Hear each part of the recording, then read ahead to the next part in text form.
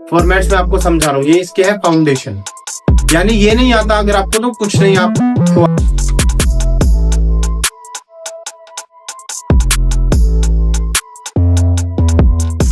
Hello everyone, आज हम कर रहे हैं अपना अकाउंटेंसी क्लास 12 चैप्टर नंबर 1, जिसके अंदर हम सारी चीजें सीखेंगे basic to advance.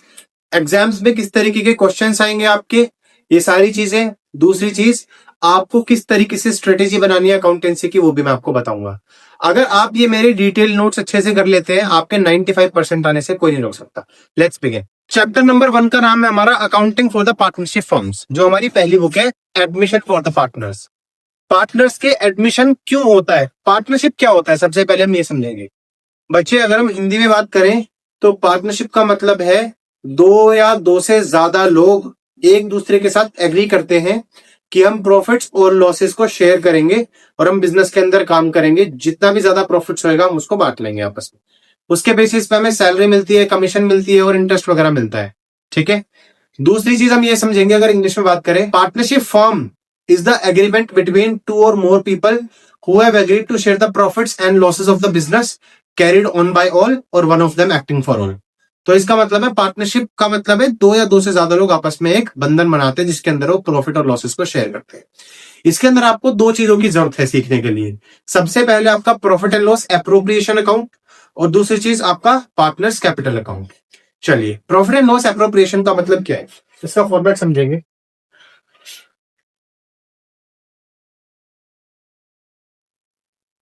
Profit and loss appropriation के अंदर जो आपका फॉर्मेट है बेटा, वो कुछ इस तरीके से बनेगा। Particulars amount, particulars amount.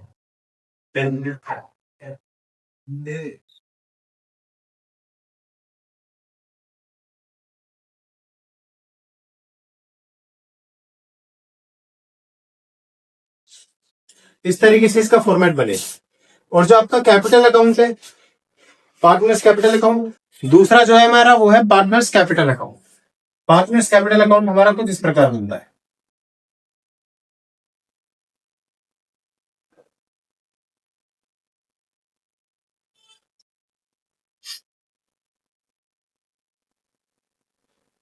इसका फॉर्मेट कैसे बच्चे, इसका फॉर्मेट है पर्टिकुलर्स,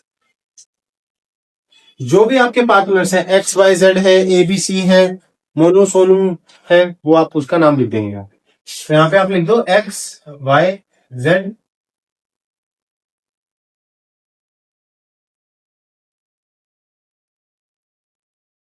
और पर्टिकुलर्स एक्स वाई जेड।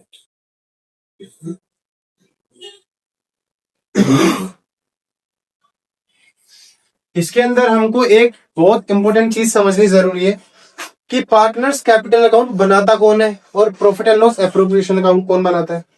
बेटा, एप्रोप्रिएशन का मतलब होता है जब आप किसी चीज को डिस्ट्रीब्यूट करते हो। डिस्ट्रीब्यूट क्या होगी, सैलरी डिस्ट्रीब्यूट होगी, income interest on capital distribute होएगा, इंटरेस्ट ऑन ड्रॉइंग्स लिया जाएगा, कमीशन दी जाएगी और सारी चीजें, प्रॉफिट डिस्ट्रीब्यूट हो जाएगा लास्ट में। ठीक है, तो इसको हम बोलते हैं profit and loss appropriation account. ये कौन बनाता है, इसको ध्यान में रखना जरूरी है बेटा। जो profit and loss appropriation account है, ये बनाती है फर्म। कौन सी फर्म, पार्टनरशिप फर्म। और जो पार्टनर्स कैपिटल अकाउंट है, उसको कौन बनाएगा, उसको बनाया जाता है बाय पार्टनर्स। इसको कौन बनाता है बेटा, पार्टनर्स बनाते हैं। आपका कोई भी अकाउंट हो, चाहे 11th क्लास का हो, 12th क्लास का हो, या फिर बाकी first year, second year, third year में, एक चीज ध्यान देना, जो भी चीज आपकी लेफ्ट साइड में होगी, मतलब कि डेबिट साइड में, वहां पे आप हमेशा क्या लिखोगे बच्चे, वहां पे आप हमेशा या तो लिखोगे खर्चा या फिर लिखोगे नुकसान, यानी डेबिट साइड में। ठीक है। और क्रेडिट साइड में आप हमेशा लिखेंगे या तो आपका फायदा और या तो आपकी इनकम, ये दोनों से।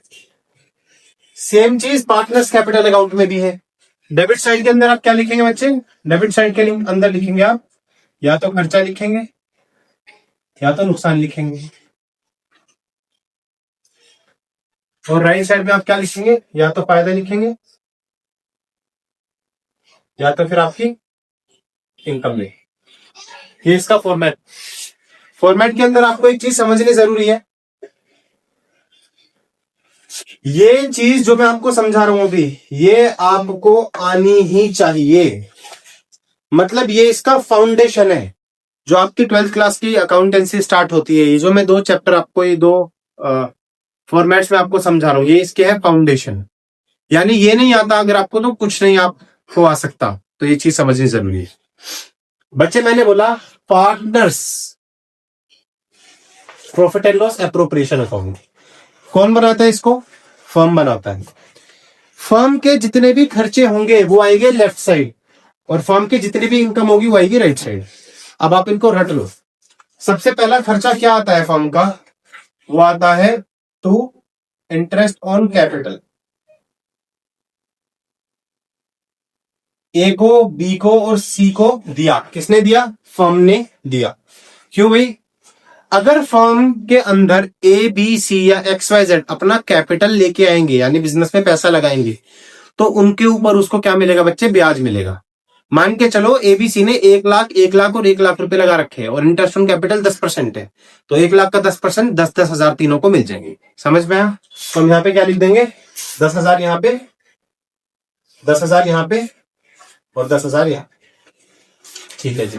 ये किसका? फर्म का पहला खर्चा है। अब एक बात बताओ, अगर फर्म खर्चा कर रही है, किसके ऊपर खर्चा कर रही है? पार्टनर्स के ऊपर। तो जो फर्म ने पे किया वो तो पार्टनर्स की इनकम हो गई। तो पार्टनर्स की इनकम, पार्टनर्स कौन बनाते हैं? पार्टनर्स कैपिटल अकाउंट पार्टनर्स बनाते हैं। तो पार्टनर्स की इनकम होगी राइट साइड आ जाएगी। कैसे? By interest on capital. X Y Z को या एबीसी को कितना मिल गया? मैं इसको यहाँ पे एक्स वाई जेड कर देता हूँ। X Y Z. ठीक है, कितना मिल गया इनको? 10,000, 10,000 और 10,000, 10,000, 10,000 और 10,000। इनको यहाँ पे इनकम मिल गई। दूसरी चीज, दूसरा खर्चा क्या होता है बच्चे फर्म का? फर्म का दूसरा खर्चा होता है सैलरीज देना। किसको? पार्टनर्स को। तो मान के चलो हमने दे दी सैलरीज टू एक्स को दे दी सैलरी और वाई को दे दी। मान के चलो हमने जेड को सैलरी नहीं, मान के चलो हमने इसको यहाँ पे 5,000 रुपए दे दी, इसको 15,000 रुपए दे दी। सैलरीज आपकी तीन तरीके से गिवन हो सकती है। या तो आप मंथली सैलरी दे दो 1,000, तो एक साल की कितनी हुई? 12,000। या तो आप क्वार्टरली सैलरी दे दो 5,000। एक साल के अंदर 4 क्वार्टर होते हैं, 3 महीने का 1 क्वार्टर होता है, तो 4 क्वार्टर हो गए एक साल के अंदर। तो अगर आपने 5,000 रुपए 1 क्वार्टर की दी, तो पूरे साल के अंदर कितने दी? 4 पंजे 20, यानी 4,000 में 5, सॉरी 5,000 में 4, ये हो जाएगा आपका 20,000 रुपए। तो आप 20,000 की सैलरी लिखेंगे। ठीक है। लेकिन अगर हमें सिंपल ये गिवन हो कि 12,000 रुपए आपने एक साल की दी, तो 12 लिख देना। अगर 5,000 दी तो 5,000 लिख देना। तो मान के चलिए आपने सैलरी एक्स और वाई को दे दी 5,000 और 15,000। अब ये भी पार्टनर्स की इनकम है, तो आप राइट साइड में लिख देंगे यहाँ पे बाय सैलरीज। किसको दी सैलरी हमने? एक्स और वाई को। 5,000 इसको दे दी और 15,000 इसको दे दी। ठीक है। तीसरी चीज क्या है हमारी? अगर आप इनको देते हो कमीशन, क्या देते हो बच्चे? कमीशन देते हो। कमीशन आप या तो मैनेजर को दे सकते हो, या तो एक्स को दे सकते हो, या वाई को दे सकते हो। अब कमीशन से पहले आपको एक चीज गिवन रहेगी यहाँ पे, क्या? Interest on drawings. Interest on drawings का मतलब क्या है?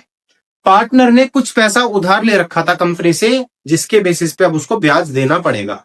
किसको देगा ब्याज? पार्टनरशिप फर्म को ब्याज देगा। तो यहाँ पे पार्टनरशिप फर्म की क्या हो गई? इनकम हो गई। तो पार्टनरशिप फर्म की इनकम कहाँ आएगी बच्चे? राइट साइड में आएगी। तो आप यहाँ पे क्या लिखेंगे? Bye interest on drawings from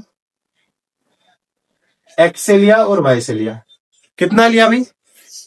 interest on drawings निकालने के तीन तरीके हैं आपके, एक बार वो कर लेते हैं। मान के चलिए मैंने यहाँ पे लिखा एक्स ने और वाई ने और जेड ने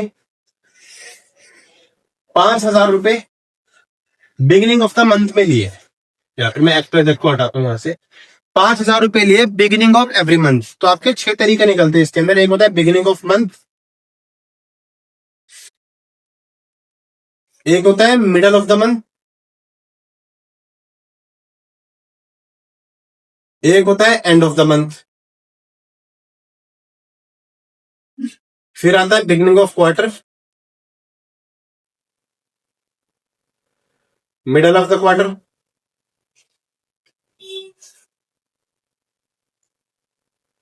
और एंड ऑफ द क्वार्टर। अब 5,000 रुपए हमने हर महीने के शुरुआत में लिए, तो हमने 12 महीने में कितने ले लिए भाई? 5,000 इंटू में 12 कितने आ जाएंगे? 60,000। कितने आ जाएंगे आपके? 60,000 रुपए। और मान के चलो इंटरेस्ट ऑन ड्रॉइंग्स के ऊपर जो ब्याज है 10% है। अगर आपको कुछ नहीं गिवन तो 6% मान लेना बाय डिफॉल्ट, जितना भी गिवन है, वरना तो उसको मान लेना। कितना आ गया? 10% आ गया, तो आप 10/100। अब अगर बिगिनिंग ऑफ द मंथ है ना, तो इसको किससे मल्टीप्लाई करना है, ध्यान से समझेंगे इसको। आप एक चीज बताओ, इसका फॉर्मूला है कितने महीने बचे पहली ड्राइंग के बाद प्लस कितने महीने बचे लास्ट ड्राइंग के बाद, डिवाइड कर देंगे उसको 2 से, और जो भी यहाँ पे आंसर आएगा उसको डिवाइड कर देंगे 12 महीने से। तो बिगिनिंग ऑफ द मंथ यानी हमने 1 जनवरी को किया होगा। अगर कैलेंडर ईयर है तो आप 1 जनवरी से 31 दिसंबर तक मानेंगे। अगर अकाउंटिंग ईयर है तो 1 अप्रैल से लेकर 31 मार्च तक मानेंगे। तो हम 1 अप्रैल से लेकर चलते हैं। 1 अप्रैल को अगर आपने ड्राइंग करी होगी पहली, तो टोटल कितने महीने बचे 31 मार्च तक? 12 महीने। तो आप यहाँ पे ले लोगे इसको 12। कितने ले लोगे? 12। और लास्ट ड्राइंग कब करी होगी आपने? लास्ट के महीने की पहली तारीख को, यानी 1 मार्च को। तो कितने महीने बचे? 1 महीना बचा। तो 12 + 1 कितना होता है बेटा? 13 होता है। 13/2 कितना होता है बच्चे? 6.5। तो आप इसको 6.5 से मल्टीप्लाई कर देंगे। ये आपका आसान सा तरीका है। दूसरी चीज क्या है? अगर वही चीज हो एंड ऑफ द मंथ, यानी साल के बीच, साल के लास्ट में, सॉरी हर महीने के लास्ट में, तो 60,000 10%। अब आप देखेंगे एंड ऑफ द मंथ, यानी पहली ड्राइंग करी हुई आपने अप्रैल के लास्ट तारीख को, यानी 30 अप्रैल को। तो कितने महीने बचे आपके? 11 महीने बचे। कितने महीने बचे? 11 महीने। और लास्ट ड्राइंग कब करी होगी आपने? 31 मार्च को। 31 मार्च के बाद कितने महीने बचे? 0 महीने। तो 11 + 0/2 कितना आ गया बेटा? ये आ गया 5.5। तो आप इसको किससे मल्टीप्लाई करेंगे? 5.5/12। यही चीज अगर मिडल ऑफ द मंथ में हो जाए तो 60,000, इसका 10% आ जाएगा। मिडल ऑफ द मंथ मतलब आपने ड्राइंग करी होगी 15 अप्रैल को, तो टोटल महीने कितने बचे? 11.5 महीने। और लास्ट ड्राइंग करी होगी आपने 15 मार्च को, तो टोटल महीने कितने बचे? आधा महीना डिवाइडेड बाय 2। 11.5 प्लस आधा हो गया 12। 12/2 कितना हो गया आपका? 6। तो आप इसको करोगे 6/12 से मल्टीप्लाई। सेम चीज होगी अगर आपकी क्वार्टर में है, बिगिनिंग ऑफ द क्वार्टर। अब 5,000 रुपए आप हर क्वार्टर को कर रहे हो बेटा, तो 4 क्वार्टर होते हैं, तो आपने इसके अंदर 60,000 नहीं, 5,000 इंटू में 4 क्वार्टर हो गए ना, तो 5,000 इंटू में 4 यानी 20,000 रुपए आपने उधार लिए। उसके ऊपर आपने मान के चलो 10% ले लिया। अब कितने महीने के लेंगे इसके अंदर? बिगिनिंग ऑफ द क्वार्टर मतलब 1 अप्रैल, पहला क्वार्टर होता है 1 अप्रैल को। टोटल महीने कितने बचे? 12 महीने। और लास्ट क्वार्टर होता है आपका 1 जनवरी। कितने महीने बचे? 3 महीने। तो 12 + 3 कितने हो गए? 15। 15/2 कितने हो गए आपके? 7.5। तो आप इसको 7.5/12 से मल्टीप्लाई करोगे। ठीक है। सेम चीज मिडल ऑफ द क्वार्टर, 20,000 रुपए इंटू में 10/100 divided by middle of the quarter मतलब अप्रैल मई जून का एक क्वार्टर होता है। तो अप्रैल मई जून के बीच में क्या आएगा? 15 जून। 15 जून के बाद कितने महीने बचे? 10.5 महीने। और लास्ट में आप ड्राइंग कब करोगे? 15 फरवरी को। 15 फरवरी के बाद कितने महीने बचे? 1.5 महीने डिवाइडेड बाय 2। 10.5 + 1.5 कितना होगा बच्चे? 12। 12/2 कितना हो गया? 6। तो आप इसको करोगे 6/12 से मल्टीप्लाई। और लास्ट में आता है हमारा ये 20,000 रुपए इंटू में 10%। एंड ऑफ द क्वार्टर मतलब अप्रैल मई जून, यानी 30 जून को आपने क्या? 30 जून के बाद आपके पास बचे 9 महीने। प्लस में लास्ट क्या होगा आपने? 31 मार्च को। तो कितने महीने बचे? 0 महीने। 9 + 0/2 कितना आ गया आपका? 4.5। तो आ जाएगा आपका 4.5/12। ऐसे करके आप अपने इंटरेस्ट ऑन ड्राइंग्स कैलकुलेट करते हैं। ठीक है। वापिस आ जाते हैं हम अपने टॉपिक पे। तो जितना भी हमारा ड्राइंग है, मान के चलो एक्स और वाई हमें ड्राइंग मिला, कंपनी किसको मिला? कंपनी को मिला। इससे 5,000 मिल गया और इससे भी 5,000 मिल गया। तो अब अगर इनसे पैसा लिया जा रहा है तो ये तो क्या हो गया? इनका खर्चा हो गया ना। तो पार्टनर्स का खर्चा, जो फर्म की इनकम है राइट साइड में आ गई, तो पार्टनर का खर्चा है वो किस साइड आएगा? लेफ्ट साइड में आएगा। तो आप यहाँ पे क्या लिखेंगे? To interest on drawings. किस किस से लिया हमने? एक्स से और वाई से। कितना कितना लिया? 5,000 रुपए लिया इससे और 5,000 रुपए लिया हमने इससे। उसके बाद क्या चीज आती है? आपको गिवन रहेगा बेटा नेट प्रॉफिट। क्वेश्चन के अंदर एडजस्टमेंट्स में आपको गिवन होगा नेट प्रॉफिट। तो नेट प्रॉफिट एक हमारा होता है क्या? Balancing figure. तो बैलेंसिंग फिगर को आप कहां लिख देते हैं? यहाँ पे लिख देते हैं by net profit. By net profit कितना? मान के चलो 1,00,000 रुपए मैंने लिख दिया। जो भी आपको गिवन हो नेट प्रॉफिट आप वहां पे लिख देंगे। नेट प्रॉफिट के अंदर भी आपकी 2-3 चीजें आती है। अगर नेट प्रॉफिट आपको इंटरेस्ट ऑन कैपिटल के बाद यानी आफ्टर दे रखा है, तो कभी वो आफ्टर नहीं होना चाहिए, वो हमेशा प्लस होके आएगा उसके लिए। लेकिन अगर बिफोर दे रखा है तो कोई इशू नहीं है, वो आपको कंफ्यूज करने के लिए दे देते हैं कि the net profit in the company was 1,00,000 rupees after allowing interest. जितना भी इंटरेस्ट है 30,000, तो आपको तो दिखाना है ना। ये कहने का मतलब ये है नेट प्रॉफिट आपको 1,00,000 रुपए दे रखा है, लेकिन इंटरेस्ट ऑन कैपिटल माइनस करने के बाद तो आप क्या करेंगे, यहाँ पे 1,30,000 लिखेंगे पूरा का पूरा, और तब जाके यहाँ पे आपको 10,000 रुपए दिखा लिए। लेकिन अगर ये लिखा हुआ है बिफोर तो आप 1,00,000 पूरा लिखेंगे, उसको आपको कुछ नहीं करना। अगर सैलरी देने के बाद लिखा हुआ है तो दोबारा प्लस कर देंगे, और अगर बिफोर कुछ नहीं लिखा हुआ तो ऐसे ही लिख देंगे आप। ठीक है। अब मान के चलो कमीशन क्या है हमारी, कमीशन में आपको 3 तरीके से गिवन हो सकती है। कमीशन हमें बोल सकते हैं कि जो भी नेट प्रॉफिट है उसका 10% निकालना है कमीशन, जो भी नेट प्रॉफिट है उसका, जो भी सेल्स है उसका 5% निकालना है कमीशन, तो आप निकाल देंगे। या फिर बोला जो भी डिस्ट्रीब्यूटेबल प्रॉफिट है उस पर कमीशन निकालना है। अब इसके अंदर भी आपके 2 केस बनते हैं, एक होता है बिफोर चार्जिंग, एक होता है आफ्टर चार्जिंग। सबसे पहले आप इसको कैलकुलेट करो, टोटल कितना है। ये हमारा जो टोटल बैलेंस है बेटा 1,00,000 प्लस में 5,000 प्लस में 5,000 कितना है टोटल 1,10,000 रुपए। यानी ये आपके टोटल क्या हुई है, फर्म की इनकम हुई है। खर्चा कितना आ गया 10,000, 10,000, 20, 20, 30 और 40, 50, 50,000। 1,10,000 में से अगर 50,000 रुपए जाते हैं तो ये बचता है बेटा 60,000 रुपए। कितना बचता है 60,000। तो अब क्वेश्चन के अंदर गिवन है कमीशन, क्या गिवन है क्वेश्चन के अंदर, कमीशन गिवन है। कमीशन टू द मैनेजर 10% बोला है, कमीशन 10% टू द मैनेजर बोला है। लेकिन इसके अंदर 2 चीज हो सकती है, एक होता है before charging commission, before charging commission, और एक हो सकता है आफ्टर चार्जिंग कमीशन। तो बिफोर चार्जिंग का मतलब क्या है, जितना भी आपका डिस्ट्रीब्यूटेबल प्रॉफिट है ना, यानी 60,000 रुपए जो हमने यहाँ पे अभी निकाला, जो हमने टोटल इनकम में से सारे खर्चे माइनस कर दिए, 1,10,000 में से 50,000 माइनस कर दिए, 60,000 रुपए आपके पास बचा। तो आप क्या करेंगे, बिफोर चार्जिंग बोला है ना बेटा 10%, तो आप क्या करेंगे 60,000 रुपए का 10% निकाल देंगे। कितना आ जाएगा आपका 6,000 रुपए आ जाएगा। वो 6,000 कहाँ लिख देंगे बेटा, यहाँ पे लिख देंगे। या तो एक्स को मिली होगी या वाई को मिली होगी या मैनेजर को मिली होगी, आप किसी को भी लिख देना। ठीक है। 2 पार्टनर को भी दे सकते हैं कि एक्स को तो मिला बिफोर चार्जिंग और वाई को मिला आफ्टर चार्जिंग।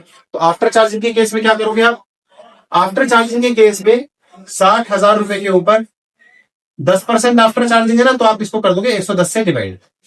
तो 0 से 0 कटा, 60,000 से 11 को आप कर दो डिवाइड, तो कितना आएगा 11 5 55, 3 0 आपके नीचे आ गए, 5 आगे बच गया, 11 4 44, 2 0 आपके नीचे आ गए, 6 यहाँ पे बच गया आपका, 11 5 55, 1 0 नीचे आ गया, 5 यहाँ पे आ गया, 11 4 44,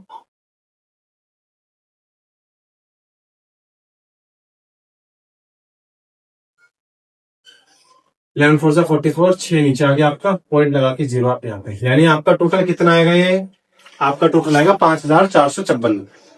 तो आप 5,456 को 6,000 की जगह यहाँ पे आप लिख देंगे 5,456। तो डिपेंड करता है वो जो कमीशन है बिफोर चार्जिंग है या फिर बच्चे आफ्टर चार्जिंग है। अगर किसी को भी बिफोर और आफ्टर में कोई प्रॉब्लम हो तो आप मुझे बताना, definitely I will solve this doubts for you. Okay चलिए, तो मान के चलो ये बिफोर चार्जिंग कमीशन था, यहाँ पे हमने क्या लिख दिया 6,000 रुपए। अब एक चीज देखो, हमारी टोटल इनकम कितनी हुई अभी 1,10,000, हमारे टोटल खर्चे कितने हो गए 66,000 रुपीज। ठीक है, 10,000, 20,000, 30,000, 30 प्लस 5 35, 35 प्लस 15 कितने हो गए आपके 50, 50 प्लस 6 कितने हो गए आपके 56,000 रुपए। तो 56,000 के आपके खर्चे हो गए, 1,10,000 की आपकी इनकम होगी। अगर आप 1,10,000 रुपए में से 56,000 रुपए माइनस करेंगे कितना आएगा, यह आएगा आपका 56,000 रुपए।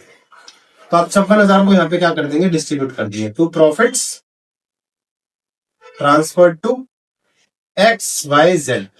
अब बेटा अगर प्रॉफिट रेशो कुछ भी गिवन ना हो तो इक्वल रेशो में बांट दो, यानी 56,000 रुपए को आप किसमें 3 से डिवाइड कर दो।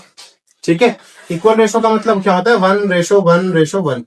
तो आप क्या करेंगे 56,000 को क्या करेंगे बच्चे, इसको एक हिस्सा दे देंगे 1/3, इसको भी एक हिस्सा दे देंगे 1/3 और इसको भी एक हिस्सा दे देंगे 1/3। ऐसे करके आप इसको कर सकते हैं। ठीक है। तो 56,000 का 1/3 कितना होता है? 3 1 जा 3, 3 1 जा 3, 3 8 जा 24। तो 18,000 रुपये आपके पास इसके पास आ जाएंगे, 18,000 इसके पास आ जाएंगे और 18,000 इसके पास आ जाएंगे। मान के चलो आपको 1:1 ना होता, 2:3:4 होता, तो आप क्या करते? 18,000 को आप मल्टीप्लाई कर देते। इसके पास 2 हिस्से आ रहे हैं, टोटल हिस्से कितने? 4 5 7 8 9, 2/9। ठीक है, 56,000 को सॉरी आप लिखते 56,000 इंटू में 2/9, 9 1 9, 9 6 54, 6 2 नहीं, 6 2 12, तो 12,000 रुपए। 12,000 इसके आ जाते, 36,000 रुपए इसके आ जाते और 48,000 रुपए इसके पास आ जाते। ठीक है, नहीं 18,000 इसके पास आते और 24,000 रुपए इसके पास, 12,000 इसके पास, 24,000 इसके पास,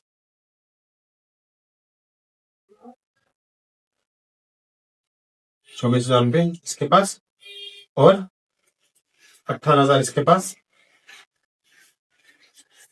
और 24,000 रुपए इसके पास। ऐसे करके आप इस पैसे को डिस्ट्रीब्यूट कर देते।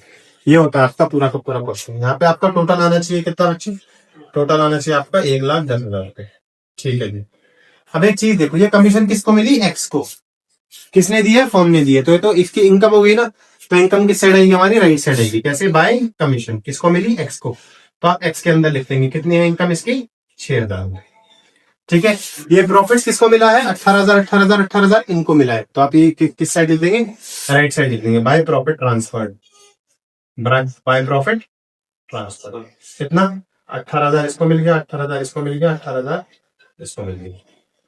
ठीक है, अब एक सबसे इंपॉर्टेंट चीज, जितनी भी इनकी कैपिटल है ना, जितनी भी XYZ की कैपिटल है, वो ये होता है इनका बैलेंसिंग फिगर। तो बैलेंसिंग फिगर आपको सबसे पहले यहाँ पे लिख देना है, जितना भी उनका बैलेंसिंग फिगर है। कैसे? By balance brought down. जितनी भी इनकी कैपिटल है, हमने कितनी मानी थी बेटा? हमने मानी थी 1 लाख 1 लाख और 1 लाख। 1 लाख इसमें लगाए, 1 लाख इसमें लगाए और 1 लाख रुपए इसमें लगा दी। ठीक है, अब ये टोटल इनकी इनकम हो गई, इतने इनके खर्चे हो गए। तो यहाँ पे आ जाएगा इनका एक balancing figure, to balance carry down X Y और जेड का। यहाँ पे टोटल कितनी इनकम हो गई इनकी? ये देखो आप सबसे पहले इनकी 1 लाख 1,10,000 प्लस 5 कितने हो गए? 1,10,000 15, 15 प्लस 6 कितने हो गए? 1,21,000, 1,21,000 प्लस 18 कितने हो गए? 1,39,000, 1,39,000 रुपीज। तो 1,39,000 के अंदर से 5,000 के, तो इसका कितना बचा? 1,34,000।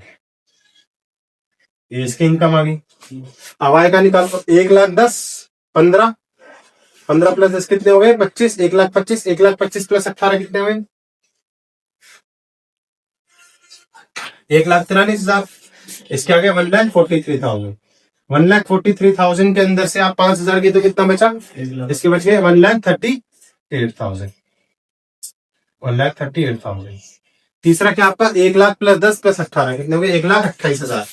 1,28,000 इसका तो कोई खर्चा ही नहीं हुआ, इसकी तो जेड की तो टोटल इनकम ही हुई। तो यहाँ पे आपका बैलेंसिंग कितना आ जाएगा? 1,28,000। यहाँ पे आपका आ गया टोटल।